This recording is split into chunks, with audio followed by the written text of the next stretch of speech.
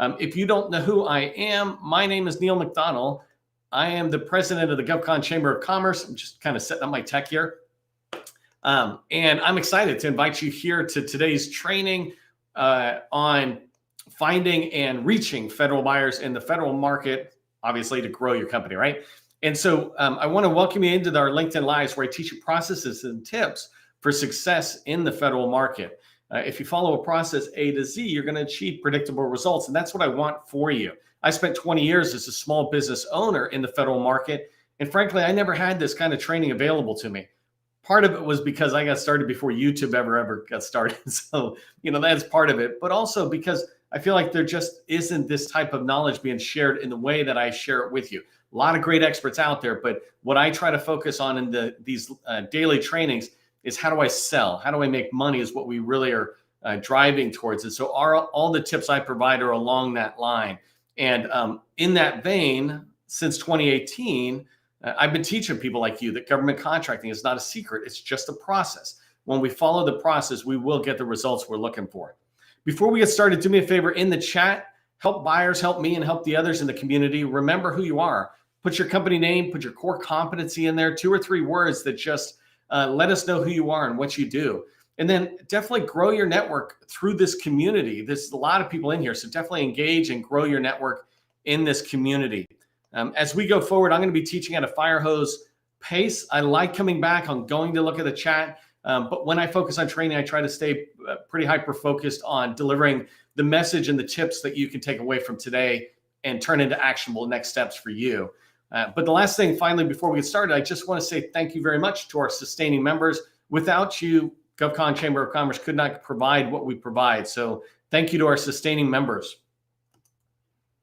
Okay, I think we're good to go. I'm going to get rocking and rolling here and talking today's training, finding and reaching federal buyers so that you can grow your company, right? Again, it's not about just finding and reaching federal buyers to put in a contact list or a CRM and say, hey, we got them, but you want to grow your company.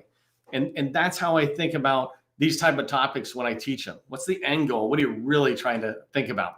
And, some of the challenges I see people run into is that they can't win contracts if they don't have agency level relationships. Many of us experts out here who teach government contracting, we really do come down to saying, you need to know people. Somebody said yesterday, and I thought it was an interesting comment, and I don't know if I got a chance to reply to them yet, but they had said, it really is about who you know more than what you know.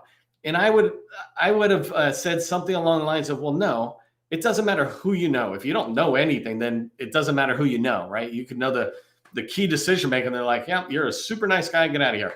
All right, let's have a barbecue or a beer. But it's about what you know. And the challenge we have is you are an expert at what you do, and we need to increase the amount of people who know you, right? So who you know is important, but it's also really important that you have a core competency that you can drive home to address an agency's mission. And so if you don't have these relationships, then you're not going to hear about opportunities. We call it shifting left. You're not going to hear about them early enough so that you can be competitive on those opportunities. And that's what you want to be. In order to be competitive, you need to hear about opportunities before they're in the SAM, in the RFP phase or even the RFI phase, if you can get hearing about them earlier. And so what I want to talk to you about today in this training is how, when you think about finding and reaching federal buyers, the solution to me is to focus on one program office at a time. I'm going to give you 3 points I'm going to cover today, but keep this in mind. When you're trying to find and build relationships, find and reach these federal buyers, the more you can focus, niche down, right? We say niche down on your core competencies, but also niche down on your outreach efforts. When we teach this in our workshop, we always sit there and say, focus on a program office and dive deep in there. When you've got that saturated, you can begin to expand. But if you try to find and reach buyers in the Army, Navy, and Air Force, you're not going to do a good job at it, and you're certainly not going to be building relationships. And so the effort, even if you have contacts that you find and even have first meetings with, you'll notice that your relationships are not as tight as you want them to be. But if you're able to focus on a program office, you're going to have those strong relationships. And so today I'm going to cover 3 main points. I'm going to cover the top ways that you can find federal buyers. These are just consistent ways to find buyers in the federal market. The second thing I want to cover is how you can use subcontracting to get inside the wire to find those buyers. And that's one of my all-time favorite. And the last one that I'll cover is being a SME or being the SME that your buyer needs. When you're the SME, the subject matter expert that the buyer needs, they'll find you, right? And so we'll talk about that. If this is what you want to hear about today, if you're following with what I'm saying, that you can't win contracts without relationships, and in order to get relationships, you need to find and meet these federal buyers, do me a favor, put win contracts into the chat. Let me know you're following along with me and you're here for the ride. Occasionally, it also gives me a chance to get water as you do that. But I'm doing all right now. So let's move on to the first point that I want to cover today, top ways to find federal buyers. Most of these you should be very familiar with. So I'm restating it, but I want to remind you about it. And then at the end of this, I want to give you an action item for you to take away starting today, something you can start doing. So the first place that I love looking for buyers, and this is really interesting since it actually doesn't have buyers, but we'll talk about that, is USA Spending, right? USA Spending is this beautiful site that is a display. So it kind of reports on the data that's in FPDS and the data that might be in other places. It pulls it back in. But the reason I like it is it's very easy to navigate. And so I can use it a lot easier than some other tools to find the opportunities that I wish I had won. And when I find those opportunities, then I can reverse engineer that, go look at other tools, which I'll talk about in a minute, to find out who the buyer is. But sometimes in order to find the federal buyers that I want to reach, I need to find the opportunities that I wish I could win. An example is when I was preparing this training for today, and I was doing a quick walkthrough on these different tools in USA Spending. I said, okay, what if I do this? And I typed in SharePoint. It came up with a bunch of opportunities, and I filtered it out. And I said, well, show me opportunities that were won in the last 2 fiscal years, so 2022 and 2023. And when I pulled it up, the first one that came up, which is a great one, was a $100 million opportunity that was awarded to Dell Technologies, right? Dell Federal Technologies or something. And the reason I like that, I'm like, wow, SharePoint, $100 million contract. If I could just get a piece of that, right? We all want to be part of something big if we can't be all of something small. And so when I looked at that and I said, SharePoint, let me go look at it. One of the things that I noticed right away was that opportunity was basically for 92,000 licenses of Microsoft's product. And the reason I like that opportunity for finding federal buyers is because I said, well, anybody buying 92,000 licenses of this must know the contracting officers who are also buying services related to those Microsoft products, which relate to my core competency. So go into USA Spending, explore in there of finding opportunities, slam dunk opportunities that you wish you won. And then you can reverse engineer that through other tools like number 2 here, the FPDS, the Federal Procurement Data System. This tool is awesome, right? It has almost every contract that was awarded in the federal space. Some it doesn't have, but who cares about that? It has a ton in there, more than enough for you to be able to find federal buyers. And so if you go into FPDS, and by the way, I'm not here to teach you how to use FPDS today. FPDS itself has its own training and its own user guide. You can go to PTAX, they'll teach you. So there's all sorts of people that teach you how to use that tool. But if you don't know how to use the Federal Procurement Data System the same way you can use Facebook or your email system, then I believe you're missing out on the fact that this is a mandatory tool for your job. And you should take the time, take 16 hours and go learn how to become an expert at FPDS. Because when you do, you'll find things like that very fast. And so anyways, in FPDS, if you do a search on whatever you want to search on, NAICS codes, agencies, a keyword like SharePoint, like I did a minute ago, opportunities will come up. And all I want to point out here is that when you click on an opportunity to view it, in the top right-hand corner, you'll generally find the name and email address for a contracting officer, which is perfect, right? And so I'm going to stop there. FPDS, top right-hand side, there's federal buyers. So if you're trying to find buyers, there's one way. Let's go to number 3. Number 3 is SAM, right? So the System for Awards Management. And because it's just fun to say SAM's full name out loud. If you go into SAM, similar to FPDS, you'll find points of contact in there, and they're almost always the contracting officer or the contracting specialist. So if you go into SAM, all the way towards the bottom of an opportunity that you like, you can find the points of contact. So you can search on anything that you want. Again, coming back to SharePoint or NAICS codes or agency. And when you go in and view an individual opportunity, no matter what notice type it is, you'll find it generally at the bottom. If it's a solicitation, it has documentation. If you click on the documentation, it often will have points of contact in there, and they're generally duplicated with the basic data on SAM. But if you're looking for federal buyers, go into SAM. Either look for new opportunities to find those buyers, or like my favorite, find the people, the contracting officers who have awarded contracts that I wish I had won. That should have been mine. If I find them, then I can begin to go in and just introduce myself and hopefully track them for future opportunities. Maybe they'll be nice enough to say, you know what, this other company won it. I can make an introduction. You know, if you're lucky, you can get that. So that's SAM. The next way is forecast, and I'm going to move through these pretty fast because I got two other slides that are really important to me. And no, you can't have a copy of the slides for whoever's going to ask, because these are really just notes to keep me going, and they're not, you know, necessarily presentation quality. But forecast is this next one, right? Go into forecast. I was just doing, I have a customer in our workshop, and they're going to DHS. They want to track on opportunities that are in DHS. DHS has a fantastic forecast tool, not just a spreadsheet. They have a great tool, which ironically I then export to Excel. But in that forecast, they have hundreds and hundreds of opportunities for, you know, over the next 6 months that you can track on and find. But anyways, inside there, they have points of contact. So you can click on that, follow through, and identify these potential buyers. Sometimes these points of contact actually are the program office buyers, which is great too if you want to get in there and start talking about it. But there was a opportunity in there. It's an 8A Stars 3, excuse me.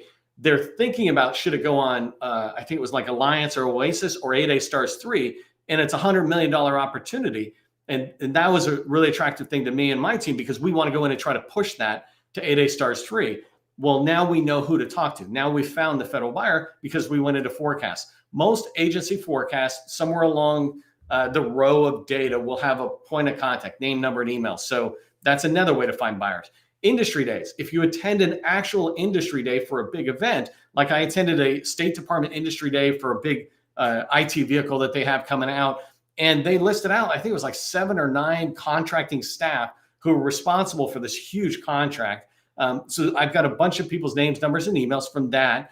And I'm also able to look at some of the data they share about, hey, here's the program offices who will buy in. But industry days, typically the point of an industry day is to share with industry and to begin to have conversations with industry, so the government doesn't get to a stage where they put an RFP out and it goes bad, or they, or worse, award a contract that then gets protested. And so these industry days are designed to try to avoid a lot of that risk by having the conversations early on.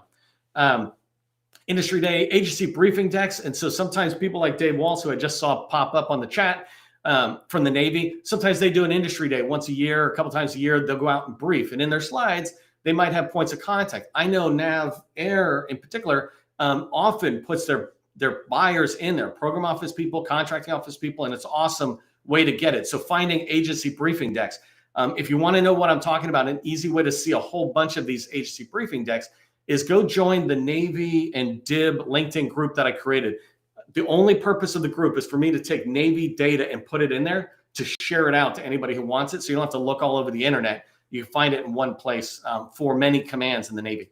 Next one's LinkedIn. You can find people on LinkedIn. Obviously, you can go search for small business specialist, contracting officer, contracting specialist, program officers.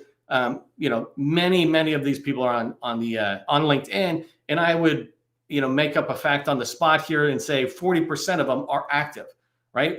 I just said Dave Walsh, who's coming in. He's on LinkedIn. He uses LinkedIn as a tool that's out there. Many other Navy people do. And so not all Navy, but you'll find people on there. It's just another option. So that was 7. And the last one, 8, is the Procurement Center representatives. If you're struggling to find buyers and getting into agencies, build a relationship. Don't just go and ask, right? Build a relationship with the Procurement Center representative, PCR. This is an SBA employee whose job is basically to do oversight of the spending agencies do to make sure things that should go small aren't going large. That's in a very quick nutshell. That's what they do. But the point is that they know buyers.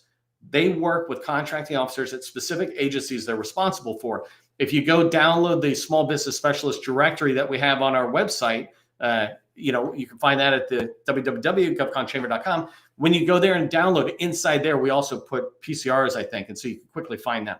So, okay, that's a lot of different information, 8 different ways that you can find buyers, right? Let me just rattle them really quick. USA Spending, FPDS, SAM, Forecast, Industry Days, agency briefing decks, LinkedIn, and PCRs, right? And so what I want you to do is to commit to finding 5 new buyers a day. It should take you like 15 minutes or less to go into one of these tools and find 5 buyers that are in your world. These buyers might not even talk to you, but the exercise is not about getting them to talk to you. It's just finding 5 names. And if you're lucky, emails and phone numbers. But if you start doing this, you'll start building a list of buyers. And so if you're willing to commit to 5 a day, right? If you're willing to move yourself forward and you think that's a good idea, just put 5 a day into the chat so that both I get that you are following me and you're committing to finding 5 new people a day, and I also can drink water.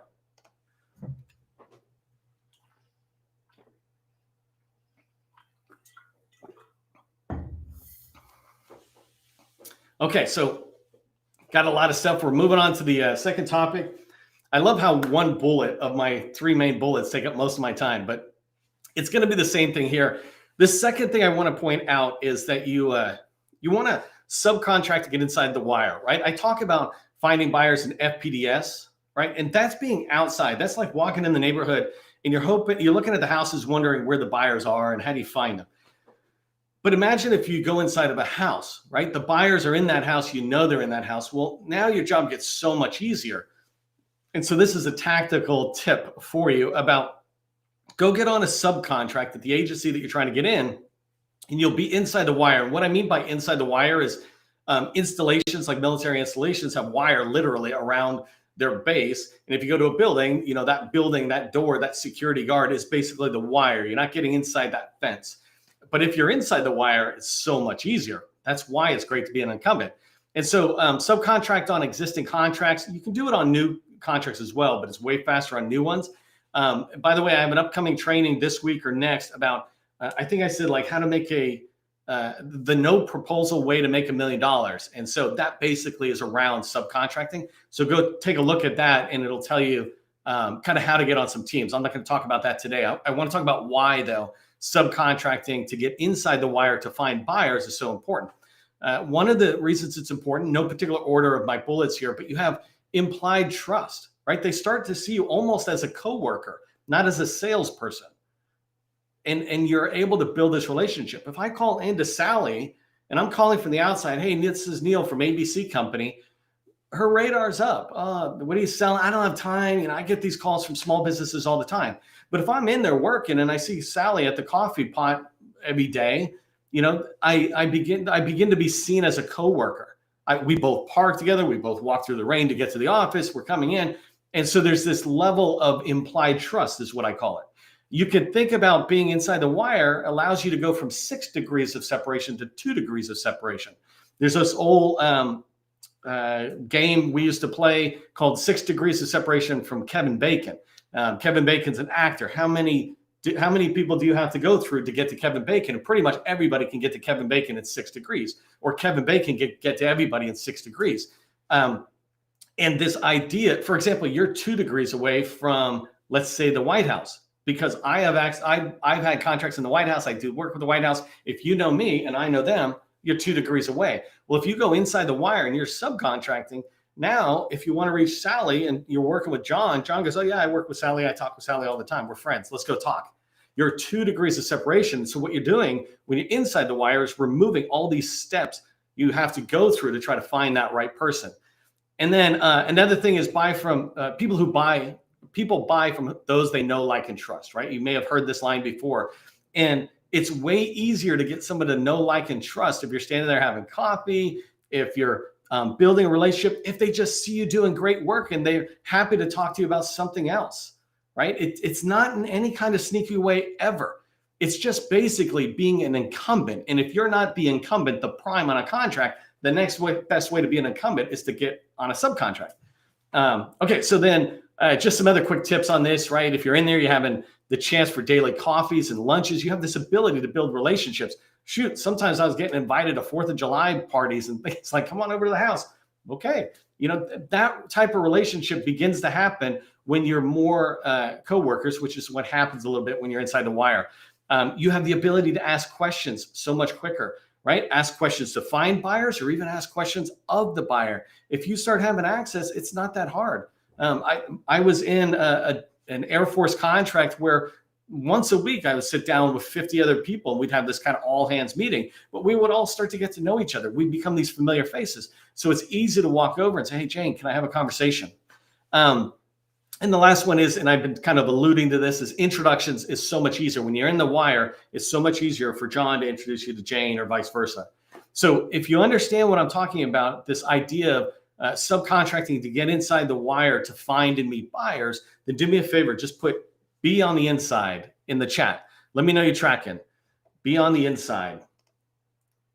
And I got 7 minutes and 5 hours worth of content to give you. Let's get rocking and rolling. No water.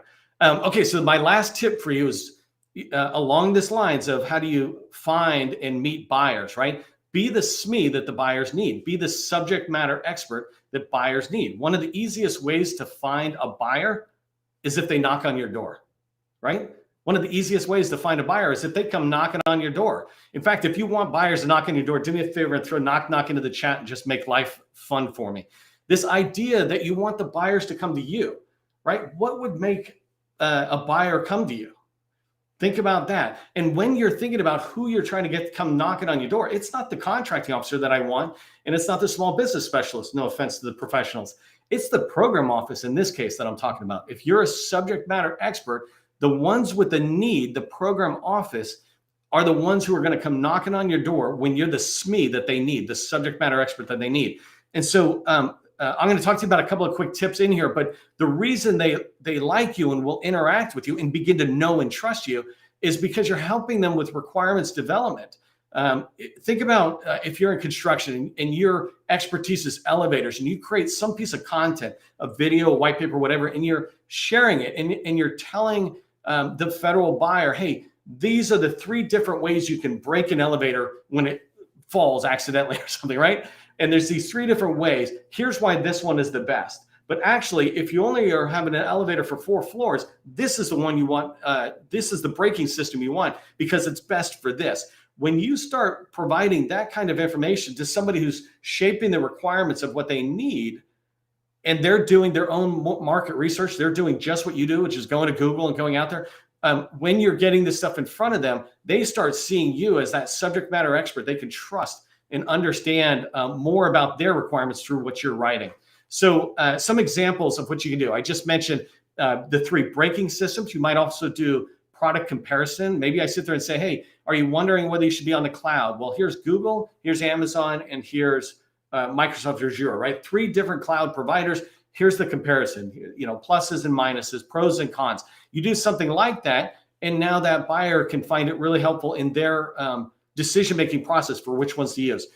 Vendor marketing material. I really love this where you can go to those 3 companies, let's say Google, Microsoft, and Amazon, go to those 3 different companies and they're putting out material about, hey, top 10 migration tips for the cloud. Well, you can reshare that to your federal buyers, get that out to them somehow, still giving full credit to the original source of it, Amazon, let's say, but now your buyers are seeing you as the one who are bringing it forward. Maybe you actually get 10 tips from Google, Microsoft, and Amazon and share all of them forward. And so that kind of information becomes really helpful to the buyers and they see you as that subject matter expert. I already talked about some of the credibility that you can get, right? When you're sharing things like Microsoft or Amazon, you almost get a little bit of borrowed credibility on that material you share. So the types of things you should be thinking about related to content that you're creating is similar to what I do, right? Podcast, YouTube. One of my favorite comments, compliments and comments I got back from somebody recently was that, and they said, hey, this might be TMI, Neil, but you've reached this stage where I'm taking you to my shower, Neil. And I was like, I know exactly what you're talking about because I take my phone and my YouTube to the shower, or I'm maximizing my time wherever I'm at, folding laundry. It's like, hey, it's you and me in the laundry kind of thing. And you could be that same expert, subject matter expert for your buyers, getting to the stage of, them folding laundry or having coffee and listening to you and watching you, reading your material. And so you want to consider that. Webinars you can do, white papers, blogs you can write, and all of this stuff, there's a lot of training that goes around it.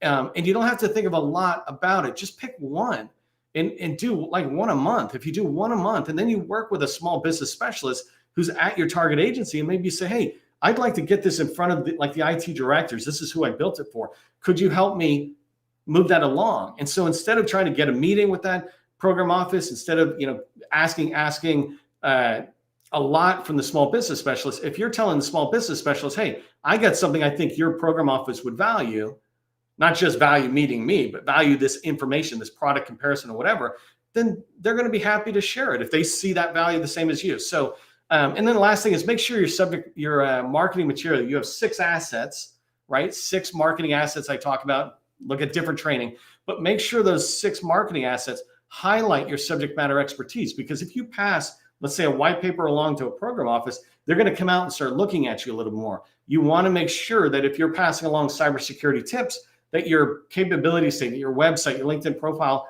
kind of scream that you do cybersecurity. So if you understand this value of being the SME your buyers need, put into the chat, be the SME.